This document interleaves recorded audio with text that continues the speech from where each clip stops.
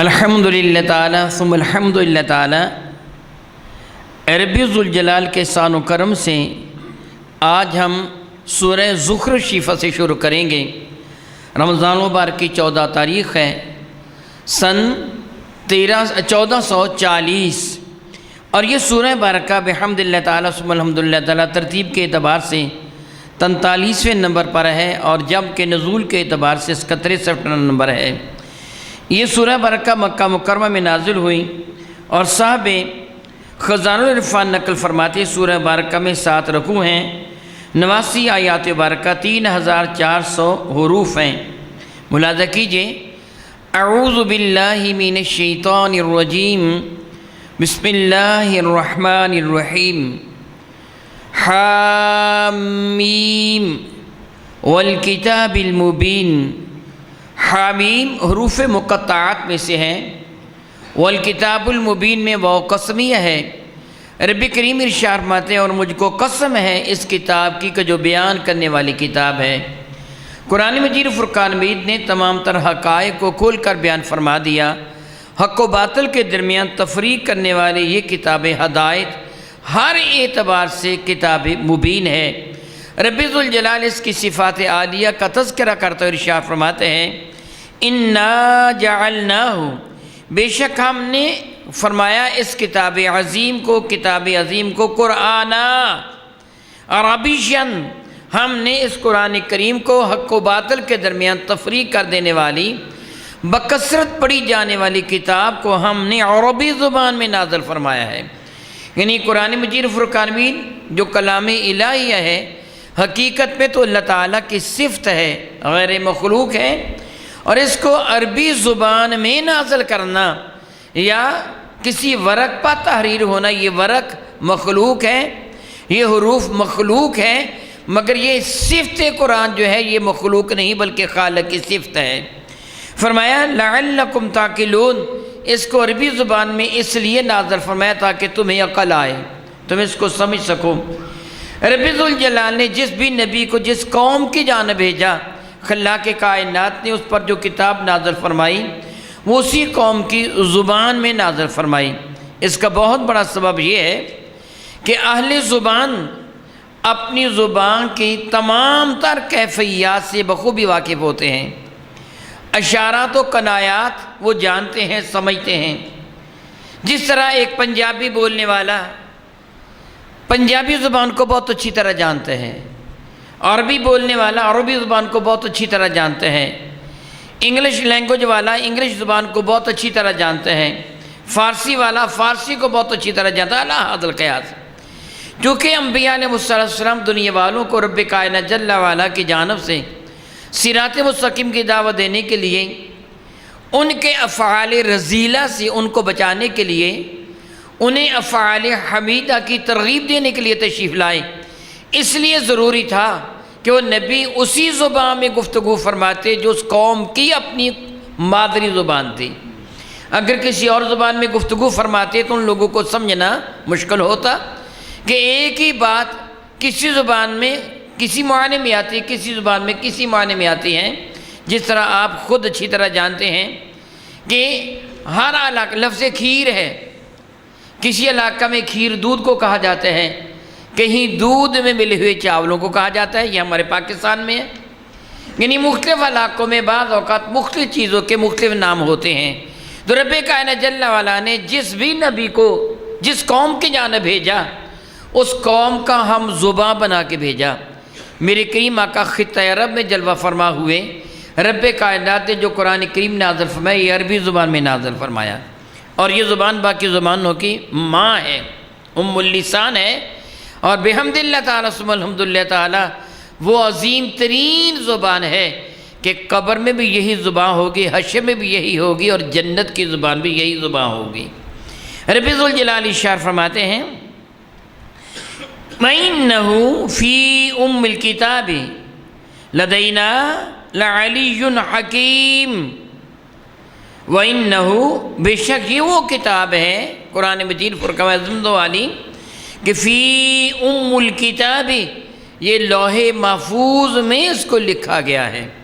یعنی لوح محفوظ میں ہر شے ہے۔ جب رب کائنات نے اس لوح کو، لوح کا معنی عمومی طور پر تختی کیا جاتا ہے،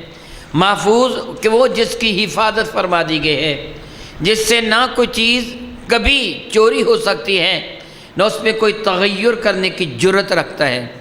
جو براہ راست رب کائنات جل وعلا کے قبضہ قدرت میں ہے، لوح محفوظ۔ جب رب کائنات نے لوح کو پیدا فرمایا اور قلم کو پیدا فرمایا تو قلم کو حکم دیا تھا کہ اکتب، اے قلم لکھ دے۔ رب ذوالجلال کے حکم پر قلم نے عرض کیا ہے پر میرے پروردگار، اے میرے الہی حقیقی کیا لکھوں؟ فرمایا ما کان وما ہوا کائن الی الابد، جو ہو چکا ہے وہ بھی لکھ دے اور جو قیامت تک ہوگا وہ بھی لکھ دے۔ چنانچہ قلم نے وہ سب کچھ لکھ دیا،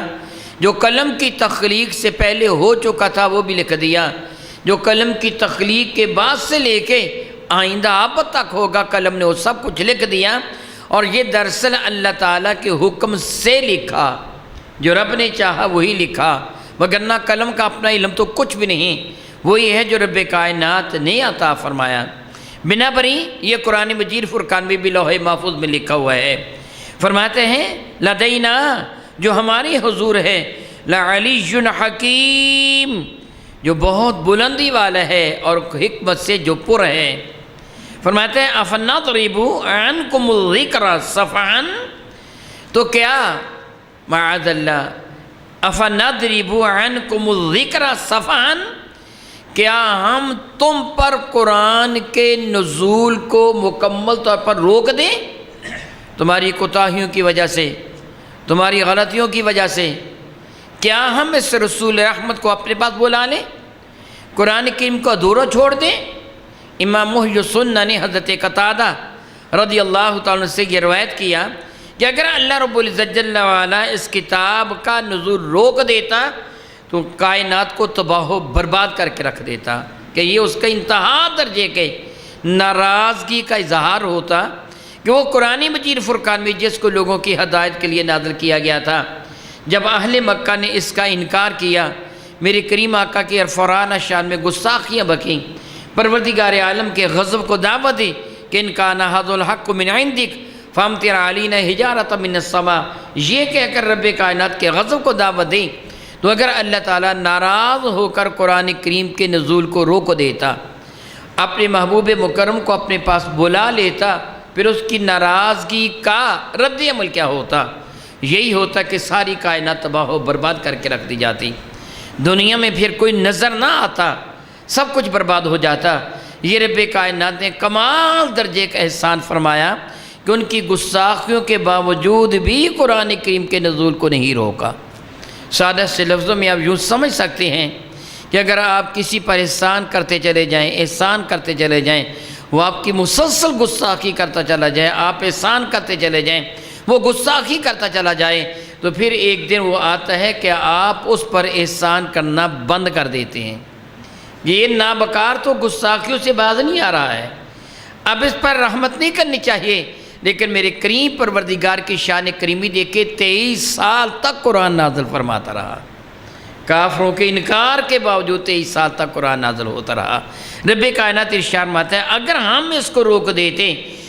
ان کنتم قوم مسرفین، اس وجہ سے کہ تم ایک فضول لوگ ہو کہ بات کو ماننے کے لیے تیار نہیں ہوتی ہو، اتنی عظیم کتاب، اتنے عظیم نبی، پھر ان کا انکار، معمولی شے کا انکار کرنے والا بھی بے وقوف ہوتا ہے، لیکن اتنی عظیم اشیاء کا انکار کرنے والا تو مسرف ہے، فضول خرچ ہے، جاہل ہے، بے وقوف ہے، عقل کا اندھا ہے، کہ جسے رسول رحمت صلی اللہ علیہ وسلم کی شان کریمی نظر نہیں آتی، اس سراج منیرہ کی وہ تابندہ کر دینے والی روشنی سے جو فائدہ نہیں اٹھاتا، وہ عقل کا اندھا نہیں تو پھر اور کون ہے؟ رب کریم فرماتے ہیں وَكَمْ أَرْسَلْنَا مِن نَبِيٍّ فِي الْأَوَّلِينَ، میرے اور آپ کے کریم آقا تاجدار عرب و عجم شفیع معظم رحمت صلی اللہ علیہ وسلم کی شان میں کفار گستاخانہ جملے کہتے ہیں، الیاذ باللہ تعالی ثم الیاذ باللہ تعالی، کبھی ان کو کاہن کہہ دیتے، معاذ اللہ، کبھی ان کو مجنون کہہ دیتے، معاذ اللہ تعالیٰ، کبھی ان کو ساحر کہہ دیتے، معاذ اللہ تعالیٰ، کبھی ان کو کاذب کہہ دیتے، کذاب تک کہہ دیتے، بہت جھوٹا، معاذ اللہ تعالیٰ، اور کبھی میرے کریم آقا کو شاعر کہہ دیتے، الیاذ باللہ تعالی کبھی مفتری اپنی طرف سے گھڑنے والا کہہ دیتے،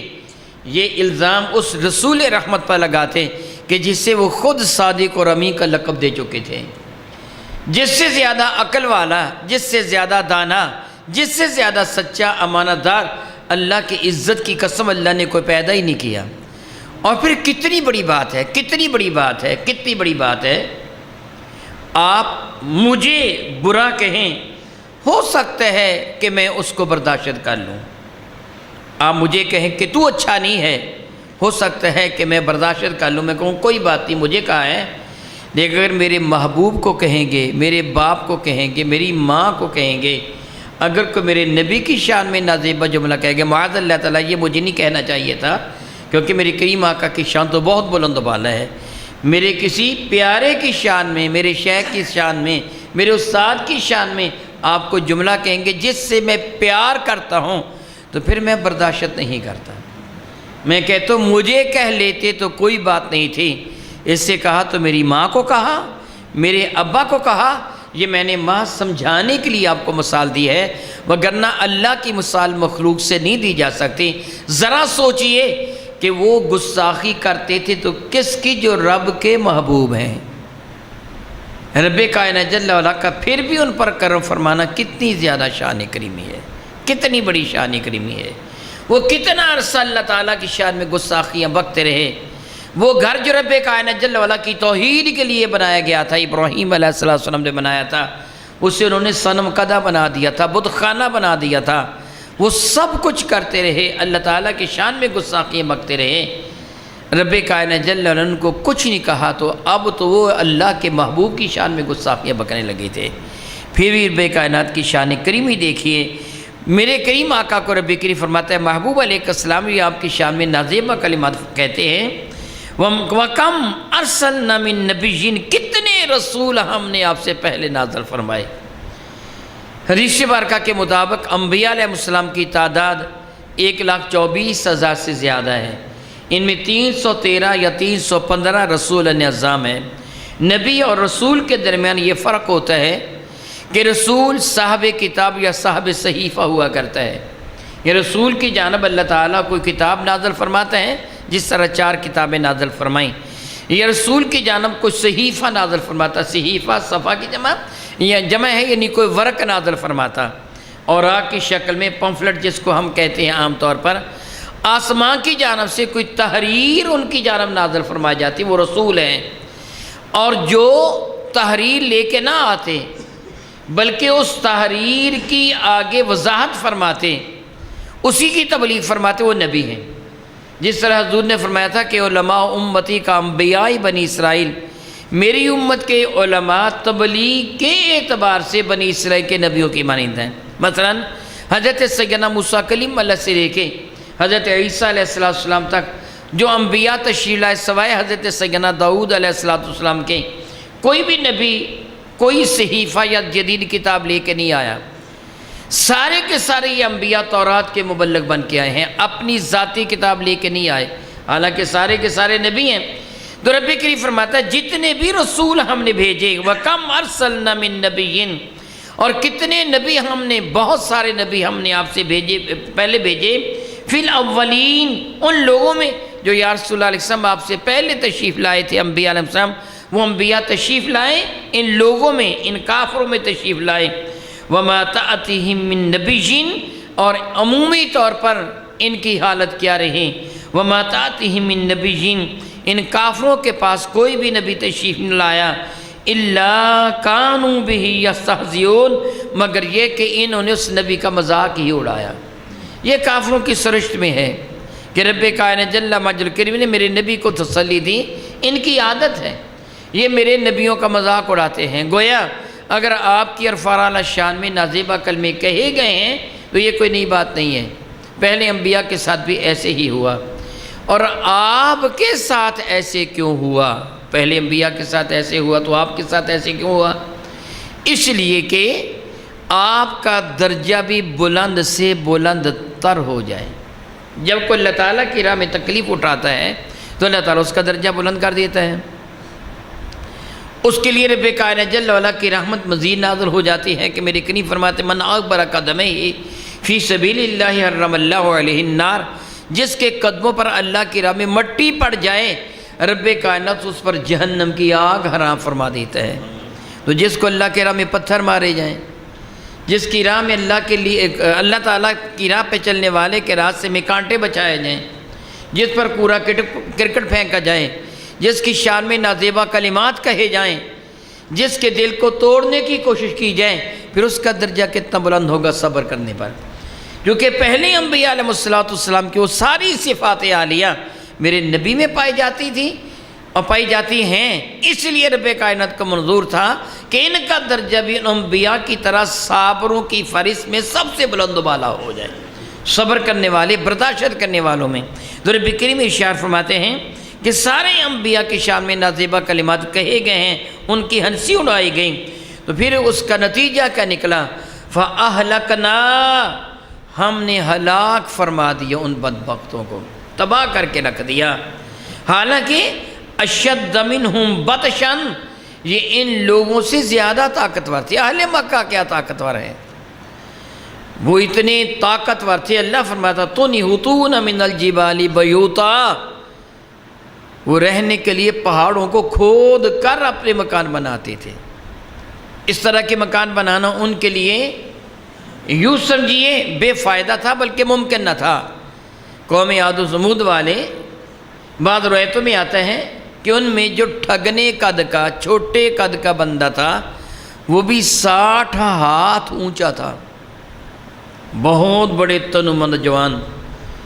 اتنے بڑے بڑے جوان کس طرح عمارتیں بنا کے رہنا، اتنے اونچے اونچے مکان بنا کے رہنا